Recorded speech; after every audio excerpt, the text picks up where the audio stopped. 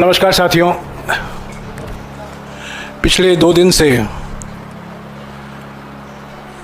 प्रतिशोध की राजनीति, उत्पीड़न की राजनीति, धमकी देने की राजनीति जारी है।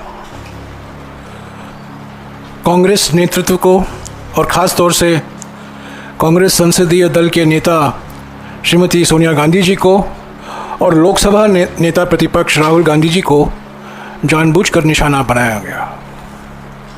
नेशनल हेराल्ड का केस है, इसके विस्तार से आपको जानकारी सांसद और मेरे साथी डॉक्टर अभिषेक मनु सिंह भी देंगे। पर मैं यही कहना चाहता हूं कि जो आर्थिक संकट से हम गुजर रहे हैं उससे ध्यान हटाने के लिए ये एक प्रयास है। जो जनता के मुद्दे हैं, अर्थव्यवस्था को लेकर, विदेश नीति को लेकर, अमेरिका को लेकर, चीन को लेकर, बांग्लादेश को लेकर, विदेश नीति और अर्थव्यवस्था में जो हमें चुनौती का सामना करना पड़ रहा है, उस पर तो बहस नहीं होने देंगे संसद के अंदर और संसद के बाहर। तो ये इन मुद्दों से ध्यान हटाने के लिए प्रयास किया गया है। और जैसा कि मैंने कहा, ये सिर्फ उत्पीड़न और प्रतिशोध की राजनीति है और सूत्रधार 2 व्यक्ति हैं जिनकी मानसिकता ही आपराधिक है। ये आपराधिक मानसिकता 2 व्यक्ति सूत्रधार हैं इस राजनीति के। हम चुप नहीं रहेंगे। आज भी राहुल गांधी जी गुजरात में हैं और आज सारे देश भर में अलग विभिन्न राज्यों में पीसीसी और डीसीसी के द्वारा प्रदर्शन भी हुए हैं ये ईडी के मामला को लेकर।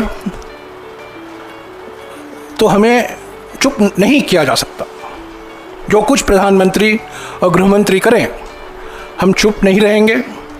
हमारे नेता और हमारी पार्टी जो जनता के मुद्दे हैं, सामाजिक मुद्दे, आर्थिक मुद्दे, हम उठाते रहेंगे। तो अभी अभिषेक मनु सिंघवी जी आपको विस्तार से इस केस की क्या पृष्ठभूमि है, इसकी हकीकत क्या है, जिस तरीके से तोड़ मरोड़ कर इस केस को अपराध बनाया जा रहा है, क्राइम शब्द का इस्तेमाल किया जा रहा है, उस पर हकीकत क्या है, असलियत क्या है, आपको अभिषेक मनु सिंघवी जी बताएंगे। धन्यवाद जयराम जी। दोस्तों, I'll be showing to you and I'll make it as factual and simple as possible, and frequently these issues get lost in rhetoric or legalese, but I want to genuinely show to you why there is not even the whiff of a crime, not even a whiff of a crime of any sort, and how a fake issue created around a fake narrative, created around a non-existent case, is meant to deviate, diverge and digress for the reasons we all know, because reasons like unemployment are difficult to answer, falling GDP is difficult to answer, social unrest is difficult to answer, and this is actually a case which is nothing but vendetta in legal disguise. The ED should answer that why no NDA ally, no BJP leader is ever touched by the ED. Selective justice is actually nothing but political thuggery.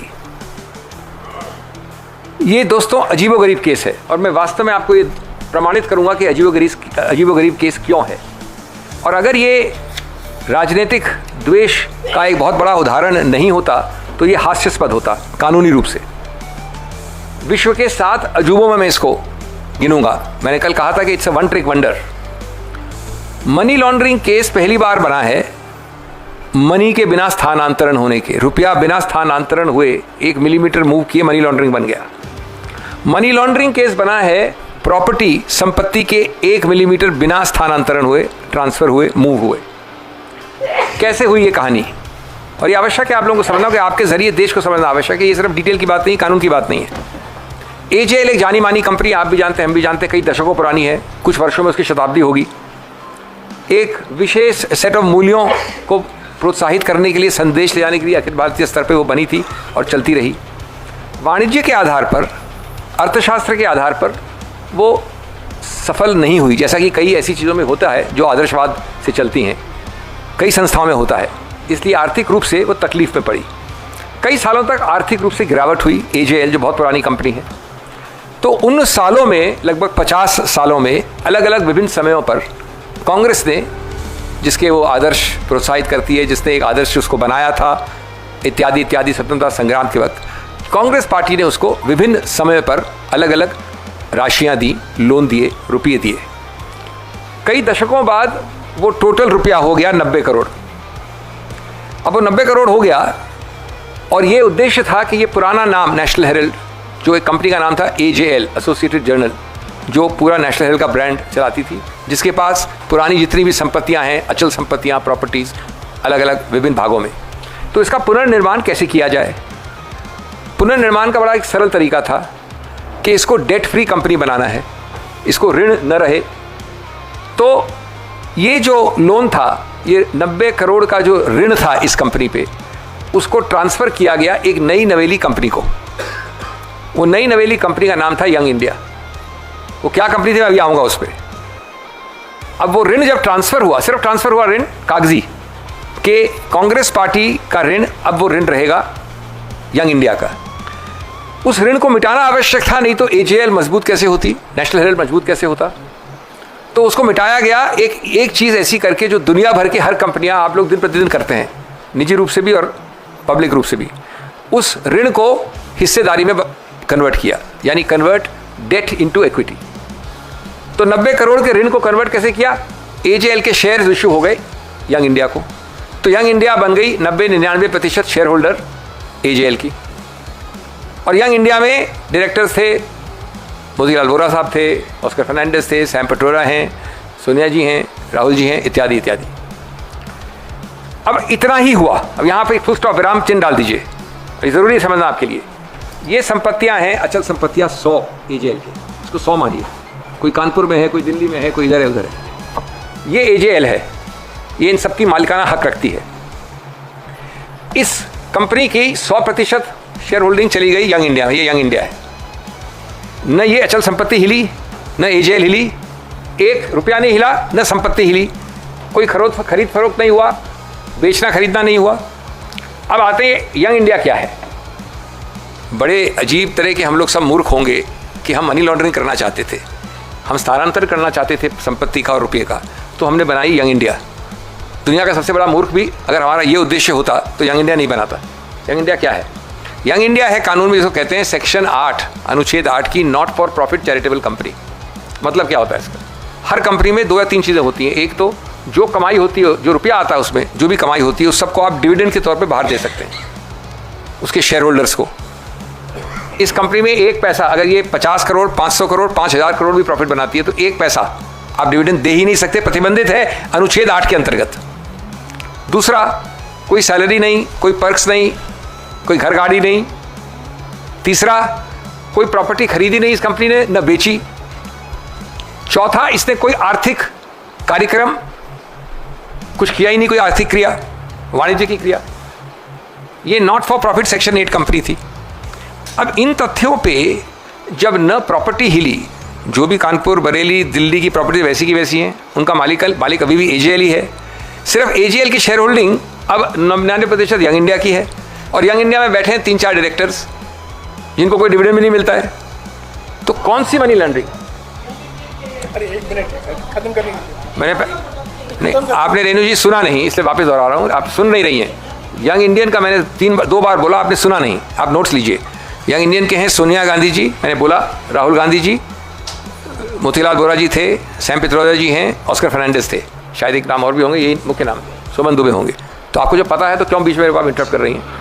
अच्छा, number 2, now जब मूल बात ये नहीं है कि कौन थे नाम, मूल बात ये है कि जब ये लोग हैं या कोई भी लोग हो तो कोई डिविडेंड, कोई फ़ायदा किसने कहाँ उठाया।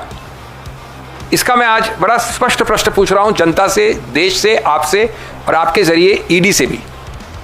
सिर्फ ये केस है कि 99% शेयर होल्डिंग यंग इंडिया को देकर ये मनी लॉन्ड्रिंग हुई है सब प्रॉपर्टीज की जो एजेएल ओन करता है। जो लोग डायरेक्टर हैं यंग इंडिया के, यानी गांधी परिवार के और जो लोग कुछ वृद्ध लोग हैं, उन सब ने ये पैसा और प्रॉपर्टी हड़प ली। अरे भाई, किस डायरेक्टर ने कुछ खरीदा, बेचा, लिया, पैसा मिला, प्रॉपर्टी गई? एक तो बताइए, मनी ट्रेल कहाँ है? प्रोसीड्स ऑफ क्राइम कहाँ है? अगर किंडरगार्टन क्लास का व्यक्ति पहले ये वर्ष जो कानून में है वो उसको उठाए तो हंसते लगेगा। अब एक और कानूनी चीज़ बताना चाहता हूँ मैं आपको। 1955 में, कितने साल हो गए 55 को आज? लगभग 70 साल हो गए, 65 साल हो गए। एक निर्णय है उच्चतम न्यायालय का, यानी इतना पुराना निर्णय जिसकी आज ईडी मजाक उड़ा रही है, 5 न्यायाधीश का, उसको कहते हैं बच्चा गजदर। वो कहता है कि अगर ये होल्डिंग कंपनी के पास 100% शेयर हैं इस सब्सिडरी के, अगर 100% हैं, तो भी ये कंपनी होल्डिंग इस कंपनी की जो प्रॉपर्टीज़ हैं ये और ये, उसकी हकदार नहीं है, ओनरशिप नहीं है, ओनरशिप इसी में रहती है। ये एक सिद्धांत है, कई बार हुआ है, वोडाफोन में भी यही हुआ, इत्यादि इत्यादि। मैं आपको कानून से बोर नहीं करूँगा। तो भैया, जब एजेएल की संपत्ति एजेएल की है, एजेएल की संपत्ति ट्रांसफ़र हुई नहीं कभी यंग इंडिया को, कानून में यंग इंडिया जब तक वो खरीदता नहीं है वो प्रॉपर्टीज़, तब तक मालिकाना हक रहता है एजेएल का। तो यंग इंडिया से एक और स्टेप आगे उसके डायरेक्टर्स कहाँ से मनी लॉन्ड्रिंग कर रहे हैं? कृपया ये बताएंगे कोई? ये कुछ नहीं बताया जाता है। बताया जाता है कि माननीय सोनिया गांधी जी, माननीय राहुल गांधी जी 3 दिन 5 दिन आइए इंटरोगेशन के लिए। ये केस शुरू किया था माननीय सुब्रमण्यम स्वामी जी ने। ये बड़ा रोचक एक प्रसंग है। उनके जो केस शुरू किया, सरकार को कोई मनी लॉन्ड्रिंग नहीं लगी थी, सरकार को कुछ नहीं लगा था कि मनी लॉन्ड्रिंग हो रही है। जब उन्होंने केस शुरू किया, कुछ दिन चला, उसके बाद खुद सुब्रमण्यम स्वामी ने एक टेक्निकल प्रोसीजर के आधार पर अपने ही केस का दिल्ली हाई कोर्ट जाके स्टे करवा दिया। मैजिस्ट्रेट में शुरू हुआ है, सेशंस कोर्ट में हुआ, उन्होंने जाके स्टे, अभी तक स्टे पड़ा है। अलग से इसको हाईजैक करके, और मैं समझता हूँ स्वामी जी काफ़ी क्षुब्ध होंगे इस हाईजैक से, सरकार ने ये शुरू कर दी मनी लॉन्ड्रिंग का नया केस, जो पहले कभी नहीं किया उन्होंने। और उसके आधार पर लगभग 2 दिन तक, कितने घंटे मुझे याद नहीं है, सोनिया जी को बुलाया, उन्होंने सब प्रश्न बार बार वही प्रश्न जो दोहरा कर वापस उत्तर दे दिया, सभी डॉक्यूमेंट्स सैकड़ों बार दे दिए। राहुल गांधी जी को तो उन्होंने विशेष रूप से बुलाया, 5 दिन, मैंने काउंट किया था, 52 घंटे बिठा के रखा, 55 घंटे। उन्होंने वो सब प्रश्न आंसर कर दिए, सब वो दे दिए। अब उसी श्रृंखला में, उसी प्रक्रिया का जो अंत है वो अब है ये कि उसमें चार्जशीट फाइल हुई है। बाय द वे, आप लोगों को पता नहीं है शायद कि इसमें चार्जशीट का एक अवकाश मिलता है 1 साल का। वो 1 साल खत्म हो रहा था 9 अप्रैल को, तो उन्होंने चुपचाप 9 अप्रैल को फाइल कर दी। कल परसों जो देखा आपने वो मीडिया ऑप्टिक्स थी, फाइल उन्होंने कर दी थी 9 अप्रैल को, जब खत्म हो रहा था इसका समय सीमा। तो मैं एक बात अपनी ये अंत करना चाहता हूँ कि एक व्यक्ति ने, देखिए 3 लोग हो सकते हैं जो आरोप लगा सकते हैं। एक तो हैं ये एजेएल के शेयर होल्डर्स, एक है जनता जनार्दन, आप और मैं। इस 100 करोड़ 150 करोड़ के लोगों की आबादी में एक व्यक्ति ने चीटिंग एलिगेशन नहीं लगाया कि एजेएल में चीटिंग हुई है, एक व्यक्ति ने। और मनी लॉन्ड्रिंग का मैंने आपको उत्तर दे दिया। तो मैं कंक्लूजन में इस मुद्दे पे ये कहूँगा कि ये एक, मैंने कहा था, अजूबा है, दुनिया का 8वां अजूबा है ये। कानून का तो बहुत ही महत्वपूर्ण अजूबा है, एक मील पत्थर है, जो तथ्य विहीन है, जो कानून का मजाक है, जो कानून को विकृत करने की एक प्रक्रिया है, प्रतिशोध की राजनीति का द्योतक है, प्रताड़ित करने की राजनीति का द्योतक है, मीडिया लीक्स द्वारा काम चलाने का द्योतक है, दुष्प्रचार झलकाता है। और ये प्रश्न उठाता है, रोचक प्रश्न है,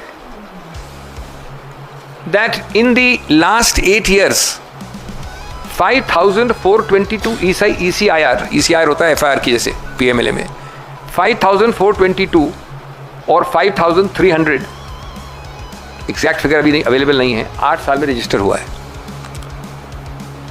इसका मतलब है 98%, उससे पहले के फिगर अगर आप तुलनात्मक रूप से देखें तो 98% पिछले 8 साल में ये केसेस रजिस्टर हुए हैं। अब दूसरा प्रश्न आता है कि इसमें आपने कन्विक्शन कितने पाए हैं। जो इनका औपचारिक आंकड़ा कुछ महीनों पहले का है वो है 25 कन्विक्शंस। उसका आंकड़ा अगर परसेंटेज टर्म में परिवर्तित करें तो लगभग 1% है, 1%।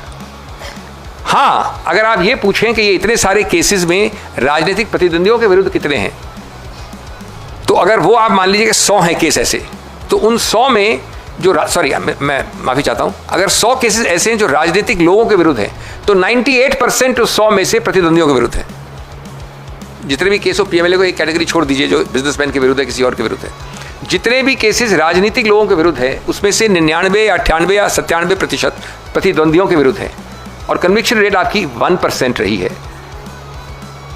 ये प्रश्न उठता है कि ये सरकार ने इसको अपना इलेक्शन डिपार्टमेंट बना रखा है, ईडी को।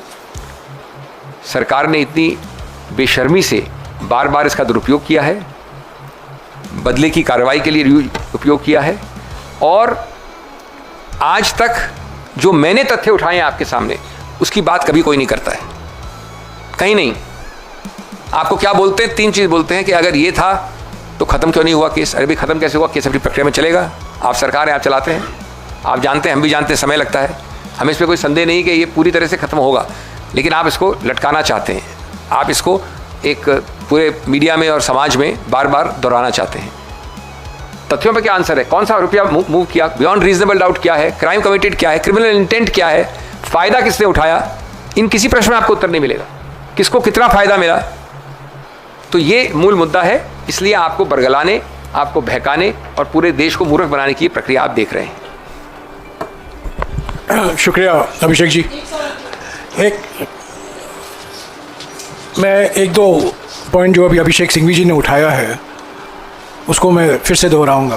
पहली बात तो ये है कि हमारे देश में और सारे विश्व में जो कंपनी लॉ होता है, जो कंपनी के लिए कानून बनाए जाते हैं, कंपनी खोलने की, कंपनी चलाने की, कंपनी बंद करने की, जो कंपनी लॉ होता है, उस कंपनी लॉ के मुताबिक अगर किसी भी कंपनी ऋण मुक्त होना चाहती है तो उसके पास कई तरीके होते हैं, और एक तरीका है एक नया कंपनी बनाओ और जो ऋण आपके पास है उसको ट्रांसफ़र करो। ये कोई क्राइम नहीं है, ये कानूनी व्यवस्था है, कानून में प्रावधान है।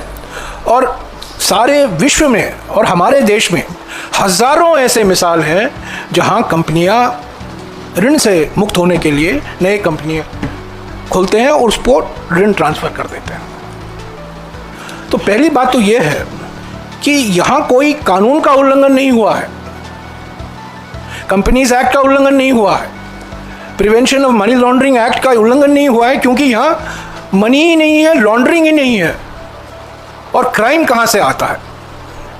क्राइम यही है कि दो व्यक्ति जिनकी मानसिकता आपराधिक मानसिकता है वो इस फेक नैरेटिव चला रहे हैं, क्योंकि मेक इन इंडिया तो विफल हो गई है, पर वो मानते हैं कि फेक इन इंडिया चलाओ, ये फेक नैरेटिव चला रहे हैं कि क्राइम हुआ है। अगर क्राइम हुआ है तो उन दो सूत्रधारों से हुआ है जिन्होंने इस कानून का दुरुपयोग किया है और ये गलत प्रचार कर रहे हैं कि क्राइम हुआ है, मनी ट्रांजैक्शन हुआ है, लॉन्ड्रिंग हुआ है। तो सवाल अभी सिंघवी जी ने उठाया है और पहले भी इन्होंने उठाया है, बार बार उठाते रहे हैं, इसका कोई जवाब नहीं। तो ये बिल्कुल एक राजनीतिक मसला है, प्रतिशोध की राजनीति है, अपने विरोधियों के खिलाफ, राजनीतिक विरोधियों के खिलाफ धमकी, प्रतिशोध, उत्पीड़न और डराने की राजनीति है। और ये कानून के पीछे छिप रहे हैं और कह रहे हैं कि कानून का उल्लंघन हुआ है। कानून का उल्लंघन तो वो ही करते हैं जिनकी मानसिकता आपराधिक होती है। तो ये राजनीतिक मुद्दा है। राजनीतिक पार्टी होने के नाते देश के 140 साल का इतिहास है, सबसे पुरानी पार्टी है, लंबा इतिहास है, हम पीछे हटेंगे नहीं। और मैं एक चीज़ कह के अपनी बात समाप्त करूंगा, जो बार बार राहुल गांधी जी कहा करते थे और हमेशा कहते हैं कि जो लोग डराते हैं वो खुद ही डरे हुए हैं, जो डरे हुए हैं वो डराने की राजनीति अपनाते हैं। और ये एक मिसाल है जो बार बार उठते रहता है।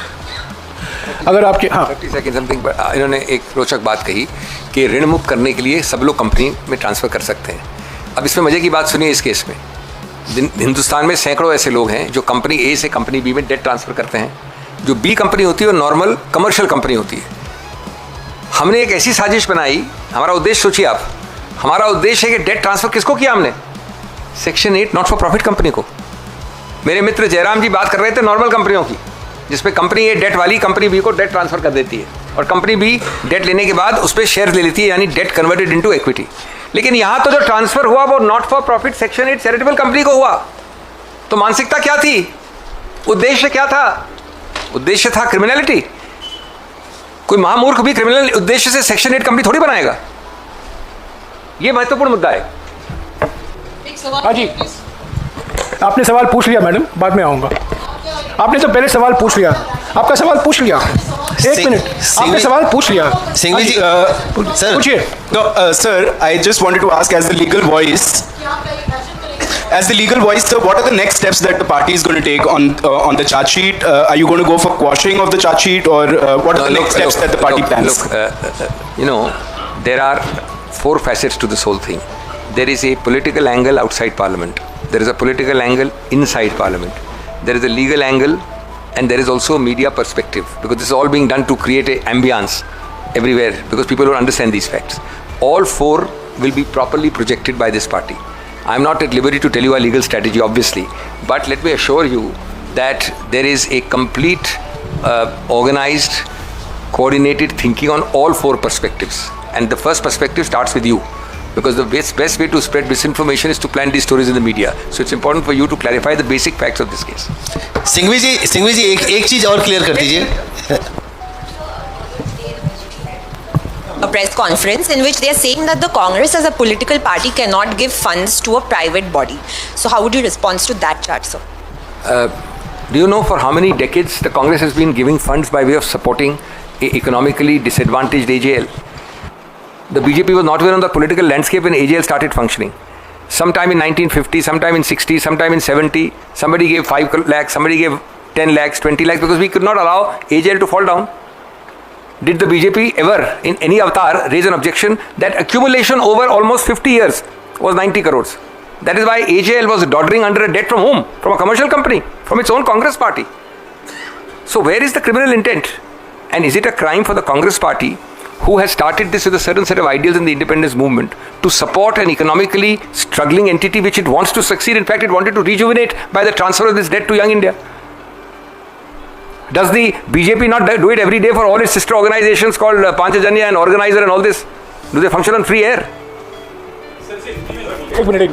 AJL was very much part of the Congress party.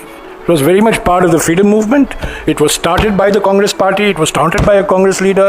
It had congressmen as its members. So you cannot divorce the AJL from the Indian National Congress. हाँ विजय लक्ष्मी जी।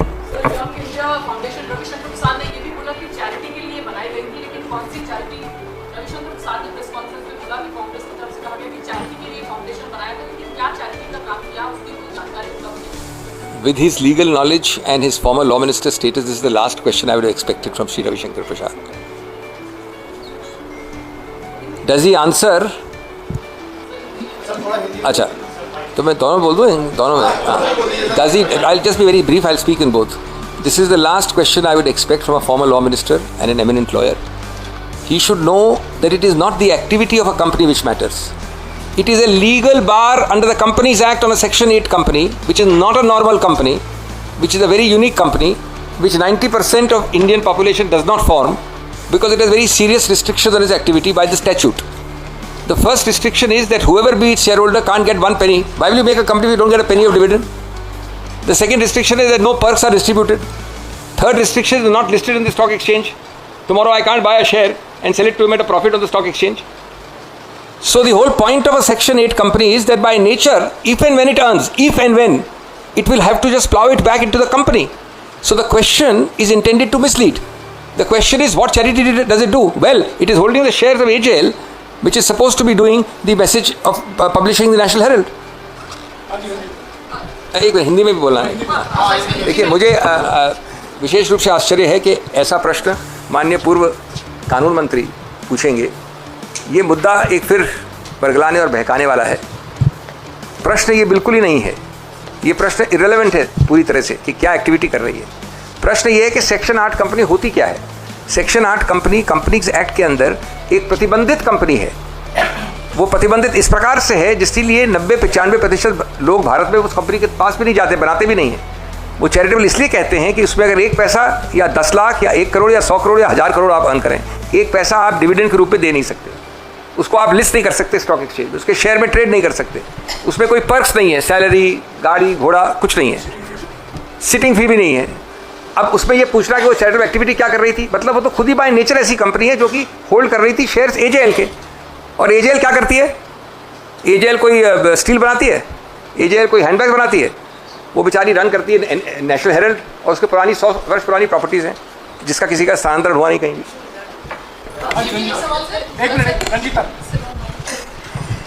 सर, जैसे इस मुद्दे का आप लोगों ने कहा कि एक राजनीतिक पहलू है और एक कानूनी पहलू है, और दोनों ही पहलू को आप लोगों ने समझाया। मीडिया भी तीसरा पहलू। मीडिया एक पहलू है, चलिए आपके हिसाब से। लेकिन इसमें जो तमाम चीज़ें आप लोगों ने कही, अगर ये फ़ायदा पहुंचाने के लिए या चैरिटी करने का मकसद था, आपको लगता है कि राजनीतिक तौर पर इसके डायरेक्टर राहुल गांधी और सोनिया गांधी को बनाना एक राजनीतिक भूल हो सकती थी? यही वजह है कि आज आपके शीर्ष नेताओं पर ये नाम आ रहे हैं और उसको डिफेंड करना पड़ रहा है आप लोगों को? राजनीतिक सवाल है। जैसा कहा जयराम जी ने, नेशनल हेरल्ड का, एजेएल का ओरिजिन क्या था, सोर्स क्या था? आप कांग्रेस पार्टी एजेएल और नेशनल हेरल्ड को जुदा कर सकते हैं क्या? वो तो अभिन्न रूप से जुड़े हुए हैं जन्म से। और अगर नेशनल हेरल्ड जो एजेएल चलाता है उसकी शेयर होल्डिंग 100% होगी तो क्या माननीय अडवाणी जी उस पर डायरेक्टर होंगे? उसमें अगर कांग्रेस के लोग नहीं होंगे वरिष्ठ नेता तो कौन होगा? अब उसमें कई लोग हैं, कई नॉन गांधीज भी हैं, गांधीज भी हैं, तो ये तो स्वाभाविक है। ये कैसा प्रश्न हुआ कि उसमें क्यों बनाया? अगर हम क्या किसी और बाहर के किसी गैर लोग को बनाते क्या उसमें? Sir donation 18 crore rupees, advance rent 38 crore rupees, advertisement 29 crore rupees. Agency का ये कहना है कि these are proceeds of crime. तो आप बता सकते हैं सर ये जो पैसे? तो मजाक है ना, यही तो प्रॉब्लम है। तो मैं समझ नहीं सकता कि एजेंसी जो कि स्टैट्यूटरी बॉडी कैसे कह सकती है? ये किसके आंकड़े हैं? यंग इंडिया के हैं? दोनों कैसे? एजेएल पहले आप बात, यंग इंडिया के आंकड़े हैं ये? पूछिए, देखिए उनसे पूछिए। ये वो आंकड़े हैं जो चलाते हुए कितने सालों से जो नॉर्मल चलाती है एजेएल नेशनल हेरल्ड को, एडवर्टीजमेंट करती होगी ज़रूर। अगर नेशनल हेरल्ड चलता है तो एडवर्टीजमेंट आएगा भी उसमें। ये यंग इंडिया कहाँ से आ गया? यंग इंडिया शेयर होल्डर है। मैंने आपको 1955 का एक जजमेंट दिया बच्चा गजर, जिसमें कि जो संपत्ति एजेएल की है, अगर एजेएल चलाएगी नेशनल हेरल्ड को उसको एडवर्टीजमेंट आएगा। अगर एजेएल कुछ अपनी प्रॉपर्टी बेचेगी जो कि पिछले 100 साल से बेच सकती है वो, तो कुछ रुपया आएगा। वो रुपया सीधा यंग इंडिया को थोड़ी जाता है। ये किसने बोल दिया आपको? जो भी आंकड़े आप देख रहे हैं, मैं आपका लेख नहीं पढ़ पा रहा हूँ क्या पढ़ रहे हैं आप, लेकिन कभी हो ही नहीं सकता कि इसमें लिखा होगा यंग इंडिया को मिलाइए। बिल्कुल गलत है कहना कि यंग इंडिया आमदनी हो रही है। ये जो सारे संपत्तियां एजेएल के थे, एजेएल के हैं और एजेएल के रहेंगे, कोई ट्रांसफ़र नहीं हुआ। तो ये बार बार ये कहना कि क्राइम प्रोसीड है, क्राइम प्रोसीड है, ये बिल्कुल गलत है। इसका मैं और कांग्रेस पार्टी पूरा खंडन करना चाहती है स्पष्ट तरीके से। संपत्तियां एजेएल के थे और एजेएल के हैं, कोई आमदनी नहीं हो रही है उन संपत्ति से जो यंग इंडिया के खाते में जा रहा है। ये बिल्कुल गलत है। सिंघवी जी, एक सवाल है। आपने कहा यंग इंडिया सेक्शन 8 कंपनी है, जरा इसको थोड़ा सा समझाइए कि यंग इंडिया 50 लाख रुपया दे के 90 करोड़ की जो है उसको ट्रांसफ़र करवा लेती अपने नाम, और आरोप ये लगता है कि यंग इंडिया पीछे रह के एजेएल की जो तमाम अचल संपत्तियां हैं उसको सारा कंट्रोल, भले मुनाफा नहीं कमा रही हो लेकिन सिर्फ 50 लाख रुपया दे के ये पूरी संपत्ति को इनडायरेक्टली कंट्रोल कर रही है। अच्छा,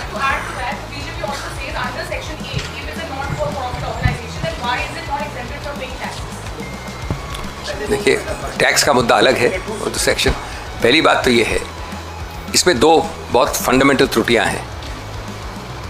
जानबूझकर कांग्रेस पार्टी यंग इंडिया और एजेएल को एकदम दूर दराज की स्ट्रेंजर्स की तरह ट्रीट किया जा रहा है। आप जानते हैं, मैं एक उदाहरण देना चाहता हूँ। आईबीसी में जिसको हेयरकट कहते हैं, असाइनमेंट अलाउ होता है। यहाँ ऋण होता है 100 करोड़ का, असाइनमेंट होता है 10% में, 20% पे। वो तो बाहर के स्ट्रेंजर को हो जाता है, अलाउड है कानून में। यानी मेरा जो ऋण है, मैं 1 करोड़ की जगह 10 लाख में इनको ट्रांसफर करी, 10 लाख देंगी मेरे को, इस ऋण की हकदार ये हो जाएंगी। फिर ये इनको सू करेंगी, जितना मिलेगा इनको जाएगा। 10% में 90% हेयरकट हो जाता है। इसमें तो बाहर का स्ट्रेंजर कोई था ही नहीं। एजेएल इतने दिनों से जुड़ी हुई थी कांग्रेस पार्टी से। अब कांग्रेस पार्टी एक राजनीतिक पार्टी, अगर उसको डेट फ्री करना है एजेएल को, तो उसको कॉर्पोरेटाइज करके उसने ट्रांसफर किया 50 लाख में। ट्रांसफर और assignment of debt is a known phenomenon in law. How is it illegal? There are 1 million cases we do every day where a debt is transferred and assigned to strangers at a haircut of 90%. Here there is no assignment to a stranger. There is an assignment to another organ which has got the Shirshastra Netritva of the Congress sitting on it. Second error in this is the same Bacha Gazar error. Just because the 95% shareholder of AJL is Young India Therefore, young India is the owner of every property. ये बड़ा पढ़िए, ये बड़ा boring लगता है, ये कानूनी लगता है, ये तकनीकी लगता है, उठाइए जजमेंट। उन्होंने कहा कि अगर 100% भी कंपनी का ओन करता है तो उस कंपनी के जो टेबल, कुर्सियां और जो जवाहरात हैं वो उस होल्डिंग कंपनी के नहीं होते हैं, मालिकाना हक जीरो होता है।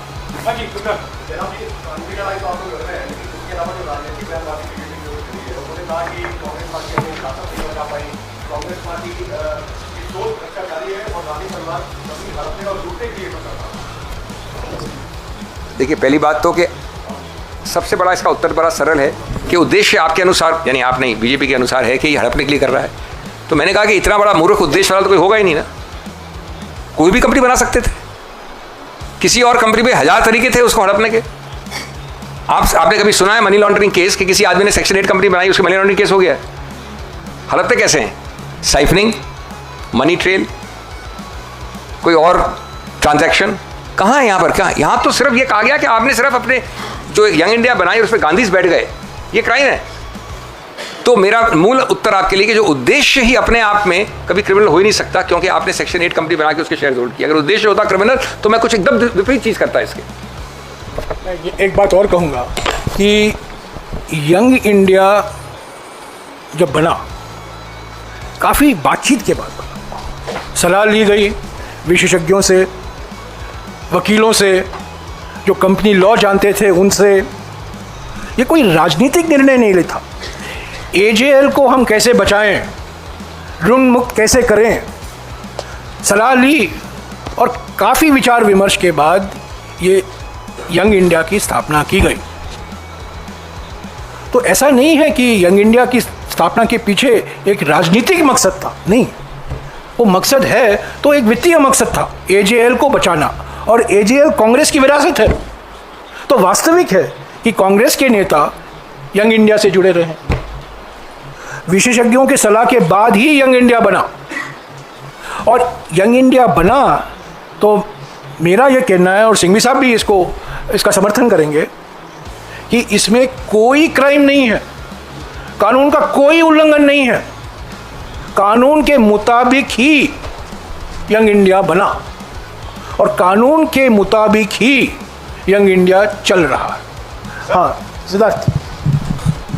सर, आपने ईडी के आंकड़े भी गिनाए कि 100 में से 99 केसेस जो हैं वो विरोधी पार्टियों के नेताओं पे होते हैं। उससे पहले कुछ दिन पहले आम आदमी पार्टी के नेताओं पे ईडी की कार्रवाई हुई। अब ये यंग इंडिया का मामला कांग्रेस का है। आरजेडी के नेता भी कह रहे हैं कि बिहार में चुनाव है, वहाँ भी एंट्री हो सकती है ईडी की। तो क्या आप लोग कॉमन प्लेटफॉर्म पे पूरा इंडिया ब्लॉक इस मुद्दे पे आएगा, इस एजेंसीज के मुद्दे पे, ईडी के मुद्दे पे, खासकर इसके बाद?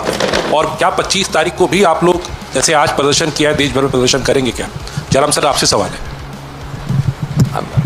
देखिए, ये जो सामूहिक रूप से हमारा सहयोग है इस मुद्दे पे, ये पुराना है, कोई नया नहीं है। जब इंडिया अलायंस बनी उससे पहले से ये है। आज इस देश में ये बड़ा स्पष्ट कर दिया गया है बार बार हमारे द्वारा हर फोरम से कि ये एक राजनीतिक द्वेष प्रतिशोध वाला राजनीति है, नंबर 1। नंबर 2, मैंने 2 आपको बड़े विशेष आंकड़े दिए, 3 कि कन्विक्शन रेट, आप अगर समझते हैं कि जिसको अगेंस्ट आप कर रहे हैं केस वो तो दोषी है, वो तो क्रिमिनल है, तो एक्चुअल कन्विक्शन रेट 1 से 2% भी नहीं होगी। नंबर 3, ये जब भी आप पूछते हैं, ईडी से बोलते हैं कि हमने इतने सारे केसेस किए, उसमें से सिर्फ 100, 200, 500, 1000 लोग राजनीतिक थे। ये प्रश्न नहीं है। वो जो राजनीतिक लोग थे 100, 200, 500, उसमें से राजनीतिक प्रतिद्वंदी कितने थे? उसमें से 95 से 93% राजनीतिक प्रतिद्वंदी। क्यों है ये कि ये लॉन्ड्री फैक्ट्री, क्यों है ये कि ये पूरी वॉशिंग मशीन किसी एक एनडीए, किसी एक बीजेपी के विरुद्ध नहीं इस्तेमाल होती है? तो ये मुद्दे तो अब सर्वविदित हैं, लेकिन ये बात ज़रूर है कि बहुमत की धौंस जमा के आप उसका दुरुपयोग करिए, जब तक चलता है। किसी दिन आपको भी मालूम पड़ेगा कि क्या होता है इस प्रकार की गलत काम करने का। जनता इसको कोई मानती नहीं है, बीजेपी के समर्थक भी नहीं मानते इस प्रकार की प्रतिशोध की राजनीति को। सर लगातार सर एक चीज सर एजेएल के बारे में आपने बताया कि कांग्रेस बराबर मदद करती रही, हर वक्त पर मदद करती रही, खासतौर पर जब आर्थिक संकट से जूझती रही। सवाल ये उठ रहा है सर कि जब आर्थिक संकट इतना बढ़ गया था तो उस दौरान क्या कांग्रेस जिस तरीके से पहले मदद करती रही वो उस टाइम भी कर सकती थी? ये यंग इंडिया नाम की नई कंपनी खोलने की जरूरत क्या थी? और अगर इसको खोला गया तो इसमें आपने जैसे शेयर होल्डर राहुल गांधी और सोनिया गांधी को बना दिया, तो सवाल इसलिए उठ रहा है कि क्या राहुल गांधी सोनिया गांधी के नाम शेयर होल्डर में डालना था, इसलिए नई कंपनी बनाई गई? क्योंकि आप तो उस कंपनी का लोन पहले भी माफ करवा सकते थे। प्रश्न को दोहरा रहे हैं जिस प्रश्न का मैंने उत्तर दे दिया है पहले। सवाल ये उठ रहा है कि नई कंपनी की जरूरत ही नहीं थी, अगर आप उस कंपनी का पैसा जिस तरह से पहले मदद कर रहे थे वैसे हो जाता। ये बात चल रही है 50 के पहले से, तब ये सब ढांचे नहीं सोचे गए थे। जैसा मेरे मित्र ने कहा, उन सबको सोच समझ के विशेषज्ञों से राय करके, जब आजकल कंपनी लॉ में, कानून में बहुत सारे ऐसे व्हीकल्स होते हैं, उसके आधार पर किया गया ये। और इसका उद्देश्य एक ही था, किस प्रकार से AJL को ऋण मुक्त किया जाए, किस प्रकार से नेशनल हेराल्ड और AJL का पुनर्निर्माण हो, और किस प्रकार से कांग्रेस पार्टी से डिस्टेंट किया जाए और एक not for profit charitable section 8 company बनाई जाए। ये सब चीज़ें विशेषज्ञों की रिपोर्ट, लिखित रिपोर्ट्स, विचार विमर्श के बाद हुई है, ये हवाबाजी में नहीं हुई है, कानून को देख के हुई है। अब उसके बाद जो दूसरा प्रश्न है आपका कि उसके ऊपर हम किसको बिठाते, तो इसमें मैं समझता हूँ कि स्वाभाविक है कि कौन बैठते। अगर उसमें 4 या 5 नॉन गांधीज थे, 2 गांधीज थे, तो इस पर और कौन होंगे? नहीं, राइट ऑफ, पॉइंट इज कि राइट ऑफ करने में फिर इनकम टैक्स के और प्रश्न आते कि आपने राइट ऑफ कैसे कर दिया, इंटरेस्ट चार्ज क्यों नहीं किया। इसमें तो हमने कंसिडरेशन दिखाया कि हमने जो ऋण है वो वहाँ दिया, उसके बदले में इक्विटी मिली। देखिए ये चीज़ें, चलिए मान लिया आप कह रहे हैं गलती की हमने, एक मिनट सुनिए आप, ये क्रिमिनल है क्या, मनी लॉन्ड्रिंग है क्या? अभी बात हमारी हो रही, गलती की बात थोड़ी हो रही है। इनकम टैक्स में हुआ नहीं हुआ मैं नहीं जानता, गलती हुई उसकी मेरे को पता नहीं। आज एक ही प्रश्न है, इसमें मनी लॉन्ड्रिंग कहाँ से आ गई? मैंने तो आज तक कभी सोचा भी नहीं, स्वप्न में भी कोई नहीं सोच सकता कि सेक्शन 8 कंपनी बनाने को मनी लॉन्ड्रिंग कैसे कोई आदमी। मैंने कहा हास्यास्पद होगा ये। देखिए, आप बार बार शेयर होल्डर का जिक्र कर रहे हैं। शेयर होल्डर कौन होता है? जब आप शेयर खरीदते हैं किसी कंपनी में या आपको दिया जाता है शेयर, उस शेयर के आधार पर कुछ आमदनी होती है आपकी, कुछ इनकम होता है, उस इनकम को आप डिक्लेयर करते हैं। यंग इंडिया के जो कहते हैं शेयर होल्डर, उनकी क्या आमदनी है बताइए, क्या इनकम हुआ है? तो बार बार ये शेयर होल्डर कहना, क्योंकि लोगों के मन में ये है अगर आप शेयर होल्डर हैं तो कुछ डिविडेंड मिल रहा होगा, कुछ आमदनी हो रही होगी। पर ये not for profit charitable company है, इसमें कोई सिटिंग फी नहीं, कोई सैलरी नहीं, कोई फैसिलिटी नहीं, जबकि बनाई जा सकती थी कंपनी दूसरी तरह की। हाँ, आवश्यक नहीं था। तो क्यों ऐसे बनाया गया? आमदनी ही नहीं थी। हालांकि हाँ, शेयर होल्डर हैं, पर इस शेयर के आधार पर उनको कुछ आमदनी नहीं हो रही है, और वो जो संपत्तियां हैं उन पर भी कोई कमाई नहीं है यंग इंडिया को, क्योंकि उस संपत्तियों के मालिक AJL थे और AJL रहेंगे। हाँ Renu ji, last word, you had the first word, you have the last word now. No, I just wanted to ask you, what is the status of the debt that Young Indian took upon itself from AJL? And secondly, how did the AJL get strengthened by the formation of Young Indian? Because the fact also is that National Herald was not coming out till the time that Subramaniam Swamy, filed a case, after which you brought it out first online and then once in a week. And thirdly, the ED has attached the properties. Last word here, na? I'll forget your question. They have attached the properties that are there with the Congress party, the National Herald. Please ask one question, at most 2. This is not an interrogation or a courtroom. This is a press conference. I've generally forgotten the nuance of your first question by now. The first question was that what happened to the debt? Obviously, the answer is inbuilt in my answer already given. It is the debt which was converted into equity. Debt becomes zero. But we are not having an argument, Renuji. I can't help it if you're not understanding. The debt was X. That debt has become zero because of shares equivalent to the value of that debt have been issued to Young Indian. That's the meaning of conversion of debt into equity. Now, you may disagree, you're entitled to disagree, as the BJP does. But the point is that this is not a question which we can argue about. Number two is, what is your question number 2? You have forgotten. That's because you asked so many questions. I'm happy to answer this. No, tell me. I said, how has AGL been strengthened? Yes, AGL is naturally strengthened if its book shows zero debt. As against a debt of 90 crores, if your book shows zero debt, are you strengthened or weakened? That's all. Activity is not a question of strength. You're talking of strength. My books of account have become zero debt. I become rin free. That's the whole point. Activity In a very simple way, AJL can borrow now. Nobody is going to lend money to a company or an organization that is deep in debt. There was a 90 crore rupee debt of AJL that has been cleaned up. So it can now in a position to raise more money to strengthen itself. That's a very simple way of answering your sort of, golmol ka question. Okay, thank you very much. Thank you.